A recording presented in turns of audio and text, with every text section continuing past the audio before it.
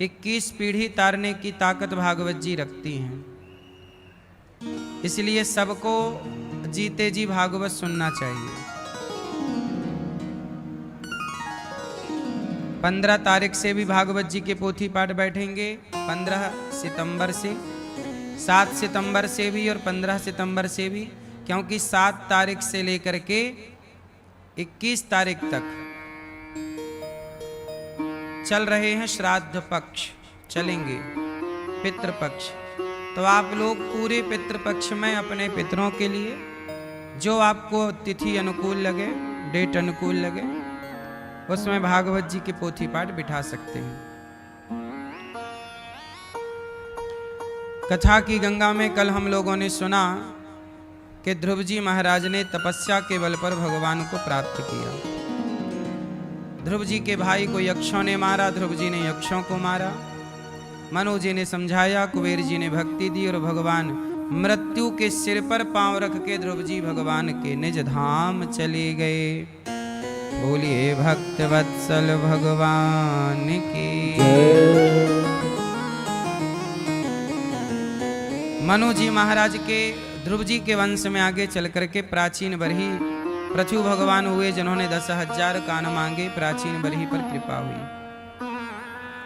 मनु जी के 2 बेटे हैं, प्रियव्रत और उत्तानपाद। उत्तानपाद की कथा कल हमने सुनी। अब प्रियव्रत जी की कथा हम सुनते हैं। शांति से बैठ जाइए, शोर ना कीजिए, सबसे प्रार्थना। सुनो। प्रियव्रत जी का विवाह विश्वकर्मा की पुत्री वरहिष्मती से हुआ। इनके पुत्र हुए आग्नेत्र और आग्नेत्र के पुत्र नाभि। इन्हीं के वंश में हुए भगवान ऋषभदेव जी, जहां से जैनों की परंपरा स्टार्ट हुई। भगवान ऋषभदेव जी के 100 पुत्र हुए। सबसे बड़े का नाम है भरत। भरत जी घर परिवार छोड़ करके जंगल चले गए, गंडकी के तट पर। पहले के लोग जंगलों में रहना पसंद करते थे। क्यों? खुली हवा, चिकचिक नहीं, कोई झगड़ा नहीं। समाज में रहोगे लोगों के बीच में तो कुछ ना लड़ना झगड़ना बोलना कुछ तो बिगड़ ही जाता है। इसलिए पहले के साधक अकेले रहते थे, एकांत। जंगलों में कुटिया बना के रह रहे हैं। पर भगवान की माया इतनी प्रबल है कि जंगल में भी आप कुटिया बना के रहने लग जाएं, यदि फंसना है तो जंगल में भी लोग फंस जाते हैं। उसका उदाहरण भरत जी हैं। भरत जी घर छोड़ के जंगल तो चले गए, रहने लग गए, भजन भी करने लग गए। सीताराम सीताराम, श्रीमन्नारायण श्रीमन्नारायण खूब जाप करें। परंतु पानी में बहता जा रहा था एक मृग, तो भरत जी ने उसे बचाया और अपनी कुटिया में ले आए। उस मृग में इतनी आसक्ति हो, और शास्त्र कहते हैं कि अंते यामति सागति, जिसकी मति बुद्धि मरते समय जैसी होती है उसकी गति वैसी होती है। तो भरत जी जैसे भक्त को क्या बनना पड़ा? मृग का चिंतन करते जब मरे तो यमराज ने कहा कि आप मृग का चिंतन करते आए हैं, इसलिए आपको मृग बन करके फिर जाना पड़ेगा। सोचो, परिवार संसार छोड़ा था कि 84 के चक्कर से मुक्ति मिल जाएगी, लेकिन मृग में मन लगाने से फिर वही 84 का चक्कर प्राप्त हो गया। हाँ या ना? इसलिए माया बड़ी प्रबल है। कब पकड़ ले, किसे पकड़ ले, कोई नहीं जानता। मम माया दुरत्यया, बड़ी प्रबल है ये माया मेरी माता। आप लोगों को किसने पकड़ा है? बोलो। किसी को माया पकड़ती है किसी को माधव पकड़ते हैं, जिसे माया पकड़ती है वो पतित हो जाता है, और जिसे माधव पकड़ते हैं वो पावन हो जाता है।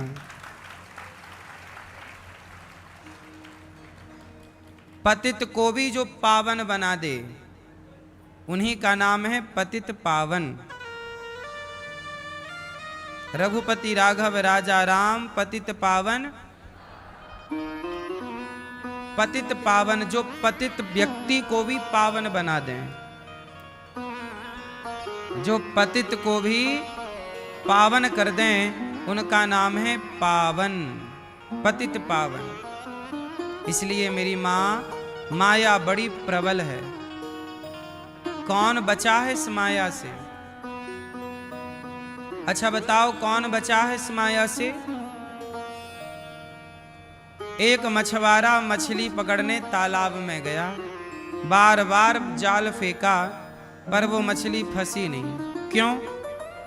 क्योंकि वो मछली बार बार, जो मछलियां मछुआरे से दूर थीं वो तो जाल में फंसती चली गई, लेकिन एक मछली बड़ी चतुर थी।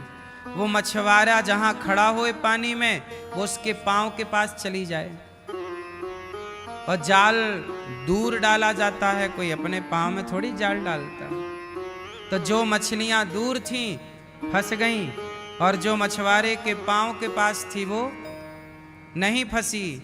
ऐसे ही जो भगवान से दूर होते हैं भक्त, वो माया में फंस जाते हैं, पर जो भगवान के चरणों से लिपटे रहते हैं, भगवान के पास रहते हैं, वो भक्त कभी माया में। आप लोग फंसे हैं माया में कि नहीं फंसे? बताओ, माया किसे कहते हैं भैया? ओ मोबाइल वाले भैया, माया में आप, माया किसे कहते हैं? माया किसे कहते हैं? अविद्या को। ठीक कहा आपने। आप बताओ, माया किसे कहते हैं? हैं? अविद्या को। अविद्या किसे कहते हैं?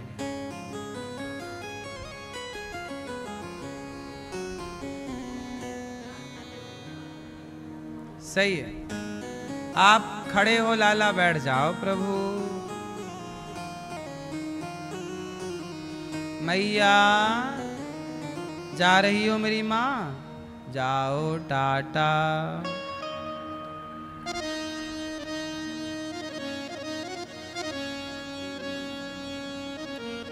ये भैया बताएंगे, सिर पे गमछा डाले हैं भैया, बताओ माया किसे कहते हैं? नहीं डाले रहो, अच्छा लग रहा है। बताओ माया किसे कहते हैं? बैठे बैठे बताओ। मोह। मोह अलग है, माया अलग है। मोह माया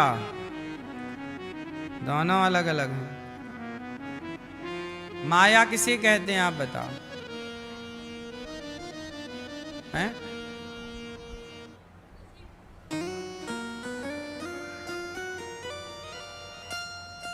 जो भौतिकता में घिर जाए वो माया है, वशीभूत हो जाए। आप बताओ,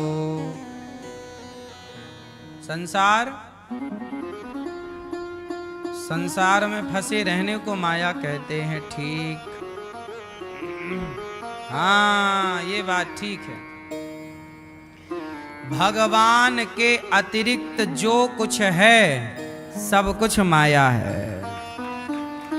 ईश्वर के अतिरिक्त जो दिख रहा है वो माया है। माया किसे कहते हैं? जो है नहीं पर दिखाई पड़े, जैसा कि इन्होंने कहा। आप इसे समझते हैं तरीके से। समझना चाहोगे माया को? समझाऊं?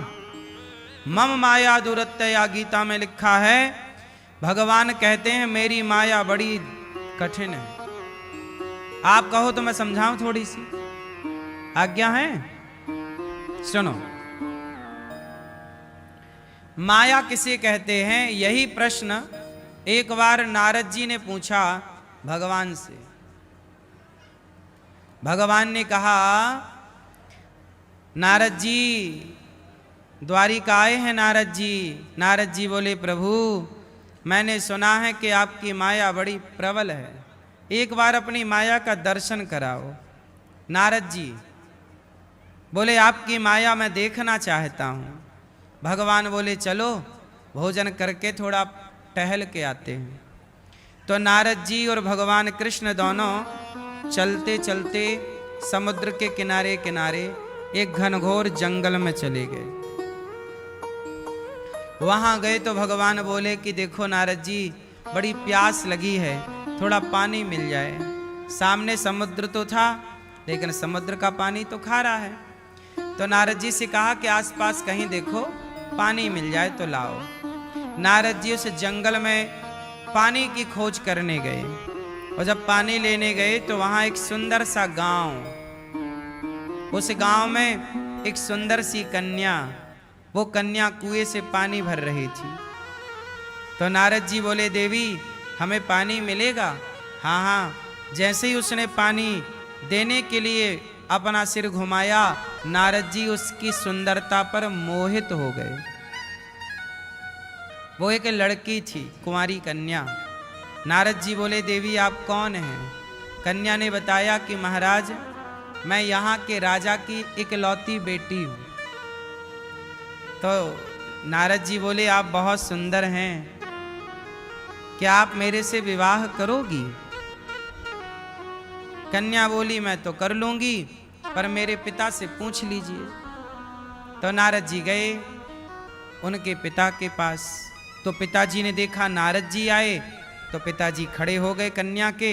नारद जी को प्रणाम किया, महाराज आपकी जय हो, क्या आज्ञा है? नारद जी बोले कि आपकी पुत्री बहुत सुंदर है और मैं उसमें आसक्त हो गया हूँ, मैं विवाह करना चाहता हूँ। तो राजा बोले ये तो मेरा बड़ा सौभाग्य कि आप जैसा योगी तपस्वी मेरी बेटी को पति के रूप में प्राप्त होगा। ठीक है।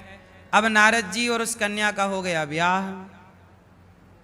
अब नारद जी के ससुर जी जो थे, ब्याह करा के कुछ दिन बाद उनकी हो गई मृत्यु।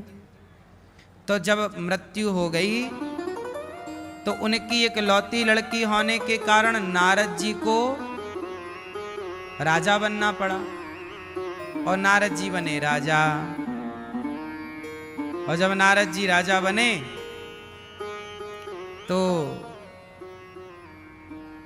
अब नारद जी राजा बन गए। कुछ समय बाद नारद जी की बेटा हो गया, बेटी हो गई।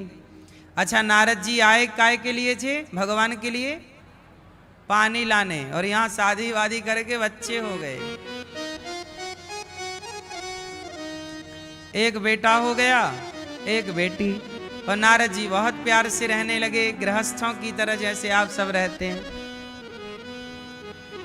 एक दिन मंत्री ने कहा कि महाराज हमारा पड़ोसी राजा हम पर आक्रमण कर दिया है।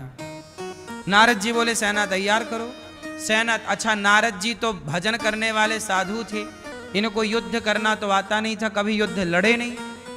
तो नारद जी गए युद्ध लड़ने और गए तो हार गए। और हार गए तो उस राजा ने इनको खदेड़ा, तो खदेड़ा तो ये भागे, और भागे तो अपने बच्चे और अपनी पत्नी को लेके भागे। और लेके भाग रहे हैं पत्नी और बच्चों को। 2 दिन से भागे ही जा रहे हैं। बच्चे चिल्ला रहे हैं भूख लगी है, पिताजी रोको, भूख लगी है रोको। रथ में बैठे भाग रहे हैं, भाग रहे हैं। रथ भी टूट गया तो पैदल भागे। भूखे प्यासे जंगल में दर दर ठोकर खा रहे हैं। बच्चे चिल्ला रहे हैं प्यास लगी है, भूख लगी है। पत्नी बोली प्राणनाथ ये बच्चे मर जाएंगे, कुछ भोजन की व्यवस्था कराओ। अभी नारद जी राजा थे और अब मारे मारे फिर रहे हैं एक एक रोटी को। एक नदी नजर आई, नदी के उस पार कोई गांव नजर आया। नारद जी बोले यदि हम लोग ये नदी पार कर लें तो उस गांव में हम लोगों को कुछ रोटी मिल सकती है। तो नारद जी ने एक नाव बनाई, लकड़ी लकड़ी जोड़ करके। नाव तो थी नहीं वहां जंगल में, तो उन्होंने जुगाड़ की एक नाव बनाई और उस नाव में बच्चों को बिठाया, पत्नी को बिठाया और खुद चले। और जब चले तो बीच नदी में वो नाव टूट गई, और टूटी तो पत्नी और बच्चे बीच नदी में गिर गए और वो डूबने लग गए। नारद जी को तैरना आता तो वो तैर के जैसे बचाना चाहे पर बचा नहीं। नारद जी खुद किनारे लग गए और पत्नी चिल्लाती रही, स्वामी बचाओ बचाओ। नारद जी जब तक जाते पत्नी डूब गई, बच्चे डूब गए, बेटी डूब गई, बेटा डूब गए। नारद जी किनारे खड़े चिल्ला रहे हैं, हे भगवान तू बड़ा निर्दयी है, तू बड़ा निष्ठुर है, क्या बिगाड़ा मेरी पत्नी और मेरे बच्चों ने, छोटे छोटे बच्चों को तूने मार दिया, तू कितना निर्दयी है। नारद जी रो रहे हैं, हे भगवान हे भगवान हे भगवान तू बड़ा निर्दयी है, मेरी पत्नी कहाँ चली गई, हाय पत्नी हाय बेटा बेटा बेटा। रो रहे थे तब तक भगवान कृष्ण आ गए। नारद जी पानी मिला? नारद जी को याद आई, प्रभु आप, हाँ कब आपने बोला था पानी लेके आ रहा हूं, आप अभी तक नहीं आए, तो मैं ही आपको ढूंढने निकला, तो आप यहां नदी के किनारे खड़े रो रहे, क्या हुआ आपको? अब नारद जी कैसे बताएं कि मेरी पत्नी डूब गई। नारद जी बोले, प्रभु अभी कितना टाइम हुआ? भगवान बोले, 1 घंटे से आप ढूंढ रहे हो पानी, 1 घंटा हुआ, 1 घंटे में मेरे 2 बच्चे और पूरा शादी ब्याह तक। भगवान बोले, क्या हुआ बच्चे? बोले, प्रभु मेरी पत्नी डूब गई। भगवान हंसे, नारद जी आप तो बाल ब्रह्मचारी हो, आपके कहां बच्चे हो गए? भगवान मुस्कुराए और बोले, नारद जी आप हमारी माया देखना चाहते थे ना, यही माया है, यही माया थी। घंटे भर के लिए भगवान से दूर भये तो ऐसे उलझ गए जैसे जीवन भर यही उलझन रही हो। आप लोग इस संसार में कितने दिनों के लिए आए हैं? ज्यादा से ज्यादा 100 साल के लिए, पर ऐसे उलझ गए आकर जैसे करोड़ों साल से आप यहीं रहते हो। इन 100 सालों में ही आप कभी बच्चे थे, जवान हुए, बूढ़े हो गए, बाल पक गए, पोता हो गया, बेटा हो गया, शादी हो गई, उनके लिए हंसा और उन्हीं के लिए रोए और मर गए, यही तो माया है। कभी बच्चा पैदा हुआ, परिवार हुआ तो आप हंसे, और कभी उनके लिए रोए और हंसते रोते मर गए, और आपको लगा कि मेरा मेरा मेरा। नहीं नारद जी अब समझ पाए कि प्रभु ये संसार का जो प्रपंच है, भगवान के सिवा जो दिख रहा है सब माया है, सब माया है, सब माया है। आप लोग भी, आपको लग रहा ये पत्नी मेरी, ये बेटा मेरा, परिवार मेरा, ये भी खेल है माया का, है कुछ नहीं। बोलो हाँ। आंख खुली तो सब अपना सा लगता है, आंख बंद हुई तो सब सपना है। अच्छा रात को आप देखते हो ना सपना, हाँ या ना? सपना था ये पता कब लगा आपको ये सपना था? हैं? हाँ, जब जागे तो पता लगा कि रात को जो देखा वो सपना था। आंख खुली तो पता लगा कि रात को जो देखा वो सपना था। रात का सपना आंख बंद करके देखा जाता है, आंख खुली तो रात का सपना टूट गया। और जिस दिन आपकी आंखें सदा के लिए बंद हो जाएंगी, उस दिन ये दिन का सपना भी टूट जाएगा। रात का भी सपना ही था और दिन का भी। ये जो आप देख रहे हो ये भी क्या है? सत हरि भजन जगत सब सपना, उमा कहाँ हूं मैं अनुभव अपना। ये सब सपना है। हम लोग भी बच्चे थे, जवान हुए, बूढ़े हो गए, देखते देखते आपके बच्चे हो गए, बच्चे बड़े बड़े हो गए और आप रिटायरमेंट की तरफ आ गए। क्या था ये सब जीवन का? देखते देखते आपके बाल पक गए। जिन बच्चों को आपने गोद में खिलाया वो बच्चे अब बड़े हो गए। ये सब सपना ही तो है। बोलो हाँ। आप कभी बचपन की फोटो देखी अपनी, तो वो फोटो देख के आपको लगेगा वाह ये भी कभी हम ही थे। अब वो पल आज के लिए सपना ही तो है। आपका बचपन आज के लिए आपको क्या लग रहा है? आपका बचपन आपके लिए क्या बन गया? बोलो, सच बताएं। ये सब जो आप देख रहे हैं ये सब सपना है। इसी सपने को माया कहते हैं। इसलिए कहता हूं जगत के लिए रोया ना करो, संसार के लिए परेशान ना होया। भरत जी कहां उलझ गए? मृग बन करके आ गए। आप लोग अगले जन्म में क्या बनना चाहोगे? मैया, ओ पंचायती मैया, ओ मेरी माँ मैया, ओ पंचायती मैया, नहीं सुन रही है ये माँ। बैठ जाओ मेरी माँ। आप लोग अगले जन्म में क्या बनोगे? क्या? यदि संसार माया में उलझे हो तो आप अगले बार भी संसार में फंसने आओगे। क्या बनोगे ये तुम्हें नहीं पता, ना हमें पता है, पर आओगे इतना पता है। यदि अपना कल्याण चाहते हो तो माया के पास रहते हुए भी मन को माधव से जोड़ लो।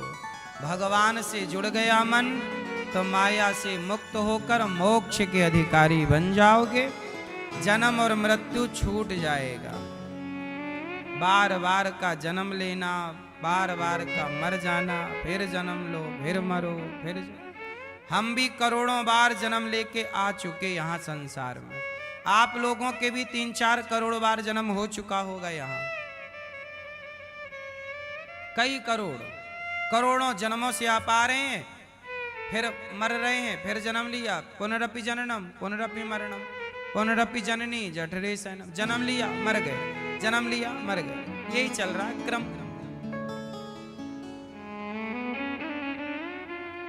बार बार आप जन्म लेते हैं, बार बार आप मर जाते हैं।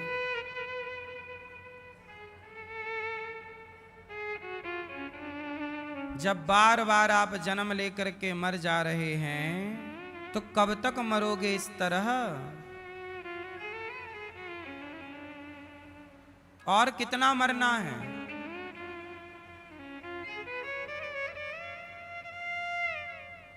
इतने ही बार मरो कि जहां मरने का कोई सार निकले। गेहूं को पीस कर आटा बनता है तो आटा तो फायदा करता है, रोटी खाओ, पर उस आटे को और पीस दो तो मैदा हो जाता है जो सबके लिए हानिकारक है। बोलो हाँ। ऐसे आप लोग भी 2-4 बार जन्म लिए तो चलो ठीक है, करोड़ों बार जन्म ले रहे हो। अब तो भैया बंद करो, ऐसा काम कर लो कि अब ये संसार में आए। हम ये नहीं कहते कि संसार में ना आए, पर संसार के जगत के बनकर नहीं। प्रभु ये नाच यदि भेजना संसार में फिर तो जगत का बनाकर नहीं, अपना दास बनाकर भेजना, अपना बनाकर भेजना। जैसे मीराबाई जगत में आई पर भगवान की बन करके आई। तुलसीदास जी आए, सूरदास जी आए, रैदास आए, रस खान आए, पर ये सब आए तो सही, पर ये किसके बन के रहे? कहीं हम संसार के ना बन जाएं, इस बात का डर है ना। मैया आप किसकी बन गई? स्त्री पुरुष ये लोग संसार के ऐसे बन जाते हैं। 80 साल का बूढ़ा भी अभी अपने बेटे को गोद में बिठा के खिला रहा, मेरा बेटा मेरा पोता, प्यार। खिलाना बुरा नहीं है, बच्चों को लाड़ करना प्यार करना बिल्कुल गलत नहीं है, लेकिन अब ये बताओ कि आपका आखिरी चल रहा है, अब मन भगवान में कब लगाओगे? समर्पण कब करोगे? कब संसार से अपने बंधनों को खोलोगे? ये खोलने का टाइम था, आप और बंध रहे हैं। गांठ खोलने का टाइम है और आप गांठ और लगा रहे हैं। मैया आपका भी टाइम है मेरी माँ, अब ये सारी गांठें खोलने का। सारी गांठें खोल लो, ना मन बेटा में रहे, ना मन बेटी में रहे, ना मन पैसे में रहे। करो सब काम, संसार में ऐसे ही रहो जैसे कमल पानी में रहता हुआ भी पानी की प्रत्येक बूंद से अलग है, ऐसे जगत में रहकर भी जगत के हर व्यवहार से अलग रहो। जगत का कोई प्रभाव आप पर ना पड़े। कैसे रहो संसार में? नारियल की तरह। नारियल 2 प्रकार के होते हैं, एक कच्चा नारियल और एक बोलो पका नारियल। कच्चा नारियल जो है वो नारियल की खोपड़ी से चिपका रहता है, बोलो हाँ। लेकिन पके नारियल को आप बजाओगे तो अंदर से आवाज आएगी, मैं अलग हूं, मैं अलग हूं, मैं अलग हूं। पका नारियल खोपड़ी को छोड़ देता है। कच्चे नारियल को तोड़ोगे तो खोपड़ी टूटेगी तो गोला भी टूट जाएगा, पर पके नारियल को तोड़ोगे तो खोपड़ी टूटेगी पर उसका गोला नहीं टूटेगा।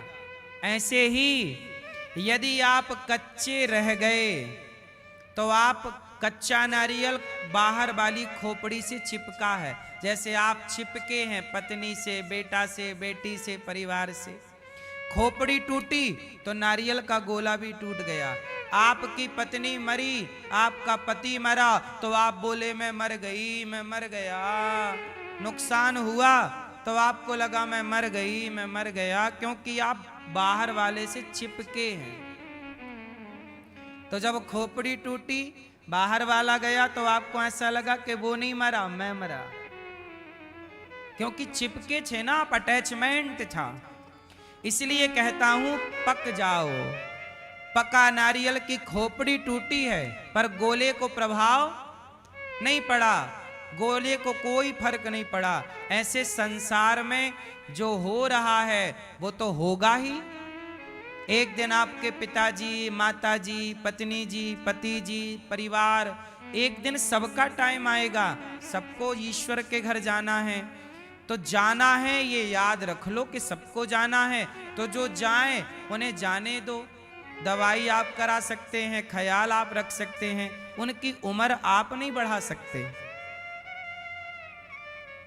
आप इतने परेशान क्यों होते हैं किसी के मरने से? थोड़ा बहुत रोना सही है, नहीं रोएंगे तो गलत है, थोड़ा व्यवहार में रोना पड़ता है, लेकिन ये नहीं कि सालों तक रोते रहें। खोपड़ी टूटी है, गोला नहीं टूटना चाहिए, यही पका नारियल है। पक जाओगे तो बाहर जो जा रहा है, आ रहा, कोई फर्क नहीं पड़ता। नुकसान हो गया, फायदा हो गया, हानि हो गई, लाभ हो गया, हमें पद मिल गया, हमसे पद छिन गया, हमें कोई फर्क नहीं पड़ता, क्योंकि इससे हम चिपके नहीं हैं। पद मिले ना मिले, आए जाए, क्या करना है? धन मिले ना मिले, भोजन मिले तो कर लो, नहीं मिले तो भूखे रह लो। यही ना है संसार का जीना, आनंद। किसी चीज से आसक्त ना बनो। आसक्ति यदि आई तो आसक्ति आ तो सकती है, पर आसक्ति जा नहीं सकती जल्दी से। ये आसक्ति कुछ ऐसी है कि ये आ सकती है पर जा नहीं सकती। तो संसार में रहो किस नारियल की तरह? पक्के नारियल। खोपड़ी टूटे तो टूटने दो, पर गोले को प्रभाव, आप गोला हैं, आपको प्रभावित ना करे संसार की कोई भी घटना, पर हम लोग प्रभावित होते हैं।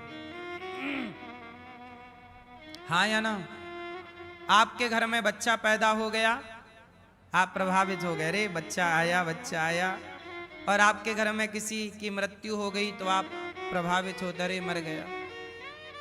जबकि ये नेचुरल प्रकृति है, आया और गया, ये ईश्वर का यही क्रम है। हर साल खेत में किसान बोता है, फसल पैदा होती है, पकती है, फिर कट जाती है, फिर बोता है, फिर फसल पकती है, फिर जो बोया गया है वो अंकुरित होगा, और जो अंकुरित होगा वो एक दिन कटेगा जरूर। बोलो हाँ, ये विधान है, यही क्रम है सृष्टि का। इसे स्वीकार करिए। आना, इसलिए बच्चा पैदा होए तो हो गया अच्छा है, पर वो आपके भीतर प्रभाव ना डाले। कोई मर गया ठीक है भैया, पर प्रभाव ना डाले। ये संसार ऐसा ही है, एक आ रहा है, एक जा रहा है। इसी से संसार चलता है, इसी से ये परमात्मा इस सृष्टि चलाते हैं।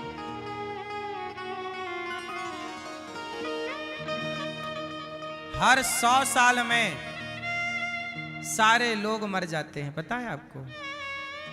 आज के 100 साल पहले के आज शायद 2, 4, 10, 50 लोग बचे हों पूरी धरती पे। हर 100 साल में नई संरचना होती है, लेकिन ईश्वर ऐसी रचना करते हैं कि हर 100 साल में एक नया होता है, लेकिन किसी को पता नहीं चलता, क्योंकि वो 100 साल आज ही पूरे हुए। कल भी वो 100 साल पूरा होगा, परसों भी वो 100 साल पूरा होगा, कल भी कोई बच्चा पैदा होगा और कल भी कोई मरेगा। जो मरेगा उसका टाइम पूरा हो गया, और जो पैदा हुआ उसका टाइम स्टार्ट हो गया। हाँ या ना? सही है कि गलत है? यही ईश्वर का। इसलिए संसार में रहो, पर संसार के इस व्यवहार को समझो कि ये परमात्मा की खेती है, इससे आपको प्रभावित नहीं होना है। आप भी मरोगे, अपनी भी तैयारी बनाए रहना। आप अपनी मरने में भी ना रोने लगना, अब हम मर रहे हैं, जरा हमें पोता दिखाओ, बेटा दिखाओ, बहुत देख लिया, अब क्या दिखाओ। अब मन भगवान कृष्ण का चिंतन इतना तो करना स्वामी, जब प्राण तन से निकले, गोविंद नाम लेकर मेरे प्राण तन से निकले। भगवान का चिंतन करते करते प्राण जाने चाहिए। बेटा बेटा बहुत देख लिया, और देखो आंखें फाड़ फाड़ के जितना देखना, पर ज्यादा आसक्ति ना रखना मेरी माँ। यही अटैचमेंट आपको 84 के चक्कर में फिर लाकर खड़ा कर देगा। संसार में रहो, पर संसार में रहना जरा सीखो। ये संसार की खेती, ईश्वर की खेती क्या है? तुम और हम ही ईश्वर की खेती हैं। आप कौन हैं? आप ईश्वर की खेती है। किसान खेती बोता है, कोई फसल 2 महीने की होती है तो कोई फसल 4 महीने की। क्यों भैया, है गई बढ़िया नींद? सुनो, कोई फसल कितने महीने की होती है? 2 महीने की। तो कोई फसल 4 महीने की होती है, तो कोई फसल 10 महीने की भी होती है, कोई फसल 5 वर्ष की भी होती है। बोलो हाँ। इसलिए मेरी माँ 4 महीने की धान होती है और 4 महीने का गेहूं होता है। हाँ या ना? 4 महीना पूरा हुआ कटेगा। ऐसे तुम्हारी 100 साल भी 4 भागों में डिवाइड है। 4 महीने के तुम भी हो। कैसे? 25 साल ब्रह्मचर्य, 25 साल गृहस्थी, 25 साल वानप्रस्थ, 25 साल सन्यास। 4 आश्रमों में हम सब गृहस्थ लोग बटे हैं, तो हम भी 4 भागों में हैं। आप 50 साल के हो गए, मतलब आपकी आधी उम्र चली गई। बेटा बेटी हो गए तो उनका ब्याह कर दो और अब मन पूरा भगवान में लगाओ, क्योंकि अब आप लोग, सूर्य उदय हुआ है तो अस्त भी होगा। आप जन्म लिए हैं तो आप मरोगे, तो तैयारी कर लो थोड़ी सी। मरने के पहले, सूर्य अस्त होने से पहले लोग दिया बत्ती करने लग जाते हैं। सूर्य अस्त होने से पहले लोग क्या करने लग जाते हैं? दिया बत्ती करते हैं, मतलब अंधकार हो उसके पहले प्रकाशित कर लेते हैं घर को। उसी तरह आपका भी सूर्य जीवन का अस्त हो उसके पहले भक्ति का, प्रेम का दीपक जला लेना, वरना अंधकार हो जाएगा जीवन में। जीवन में थोड़ा प्रकाश बना रहे भक्ति का, इसकी तैयारी कर लो मेरी माँ। मरने की भी तैयारी होनी चाहिए। मरने से सब जग डरा। आपको मरने में डर लगता है कि नहीं? बोलो हाँ। आप कितनी बार मर चुके हैं? सुनो, हम लोग रोज मरते हैं। आप लोगों का एक दिन रोज बढ़ रहा है कि घट रहा है?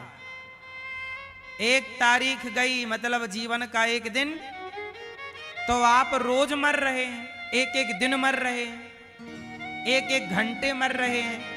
इतनी आप देखो सेकंड, 1 2 3, ये 3 सेकंड गए मतलब आप 3 सेकंड मर गए। बोलो हाँ। आप हर सेकंड मर रहे हैं। बोलो हाँ। इसलिए कहता हूं कि जब बॉडी, शरीर, समय हर सेकंड कम हो रहा है, जा रहा है, तो जो लम्हे, जो समय है, क्यों ना वो समय हंसी खुशी से भगवान का स्मरण करते, समाज की सेवा करते, अच्छे कामों में जीवन बिताया जाए, क्योंकि हर क्षण जा रहा है। आप सब कुछ पकड़ सकते हैं पर समय को नहीं पकड़ सकते। बलवान कौन है? पुरुष बली नहीं होत है, समय होत बलवान। भीलन गोपी लूट लई, वही अर्जुन वही बाण। बलवान कौन है? कौन मेरी मां? समय समय पर होता है, समय समय की बात। राम जन्म का दिन बड़ा, कृष्ण जन्म की रात। समय क्या करता है? राम को राजा बनना था, आज सवेरे राम क्या बनेंगे? राम आज 12 बजे के लगभग राजा बनेंगे। लेकिन आज ही राम को पता लगा कि दशरथ जी, पिताजी बुला रहे हैं। तो राम सवेरे सवेरे नहाने के टाइम नहा धोकर जैसी बाहर आए, सूचना आई कि पिताजी बुला रहे हैं। तो राम जी पिताजी से मिलने गए। पिताजी ने कहा, राम जमीन पे पड़े, बाल बिखरे, मूर्छित। कैकेयी माँ से पूछा राम ने कि माता ये पिताजी ऐसे क्यों पड़े हैं? कैकेयी माँ ने कहा, बेटा बस मैंने तो तेरे पिता से 2 बात कह दी तो तेरे पिता पागल हो गए। क्या कह दिया माता? यही कह दिया कि मेरा बेटा भरत राजा बनेगा और राम तू 14 साल के लिए वनवास जाएगा, बस इतनी सी। राम जी बोले, पिताजी बस इतनी सी बात? आप सम्राट हैं, इतने बड़े राजा हैं, धैर्य ना गवाइए पिताजी, 14 साल की बात है। जिस घड़ी राम को राजा बनना था उसी घड़ी राम को वनवास जाना पड़ा। समय ही राजा बनाता है और समय ही राज सत्ता से नीचे उतारता है। समय समय की बातें हैं ना मेरी माँ। कभी आपका समय था तो आप 10-10 रोटियां खा के पचा लेते थे। आज समय है कि 2 रोटी आपसे नहीं पच रही। कभी आप दौड़ते दौड़ते 10-10 किलोमीटर दौड़ लेते थे। आज 4 सीढ़ी चढ़ते हो तो हांफने लगते हो। समय ही तो है। बोलो हाँ। क्यों मेरी माँ? कभी आप बहुत काम कर लेती थी, थकती नहीं थी। आज जरा सा काम कर लो थकावट हो जाती है, सांसें फूलने लगती हैं। क्या है ये? समय।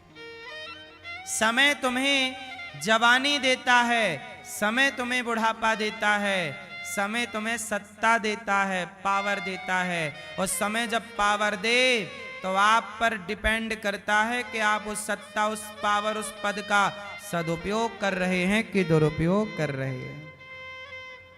कैकेयी मां को 2 वरदान मिले तो कैकेयी ने वो 2 वरदान क्या मांग लिए? राम को वनवास, भरत को राजा। अपने दोनों वरदानों का कैकेयी ने सदुपयोग किया कि दुरुपयोग किया? हाँ। इसलिए मेरी मां, कभी कोई नहीं जानता कि हमारे साथ अगले क्षण क्या होने वाला है। इसलिए हर क्षण, हर श्वास भगवान में अर्पित हो, हर श्वास परमात्मा के चिंतन में जाए। पता नहीं अगली श्वास कैसी होगी, अगला दिन कैसा होगा। भरत जी जैसे ज्ञानी मृग बन गए, राजा रहुगण। भरत जी मृग बनकर आए, शरीर त्यागा, तीसरा जन्म फिर मनुष्य का पाया, पर जड़ भरत की तरह मूर्ख बनकर रहे, नाम पड़ा जड़ भरत। तब राजा रहुगण को इन्होंने उपदेश किया और दोनों भगवत धाम गए। 28 प्रकार के नरकों का वर्णन है। जो जैसा करेगा, जो जस करहि सो तस फल चाखा। जैसी करनी, कोई किसी को सुख दुख नहीं देता, कर्म दंड प्राप्त होता। परीक्षित जी ने कहा, हे सुखदेव भगवान, क्या हमने कोई ना कोई पाप तो किया ही होगा, क्या हम सबको नरक जाना पड़ेगा? बोले हाँ। कोई उपाय है बचने का? एक उपाय है। अच्छा, आप में से कितने लोग ऐसे हैं कि आपने कोई ना कोई पाप जाने अनजाने में किया है? किस किस ने पाप किए हैं? किसी ने जानकर, किसी ने अनजाने में। किस किस ने किए हैं पाप? हाथ उठाओ। आपने नहीं किए? मैया मैया, आप पड़ोसन से पूछने लग गई कि तूने कौन से किए हैं?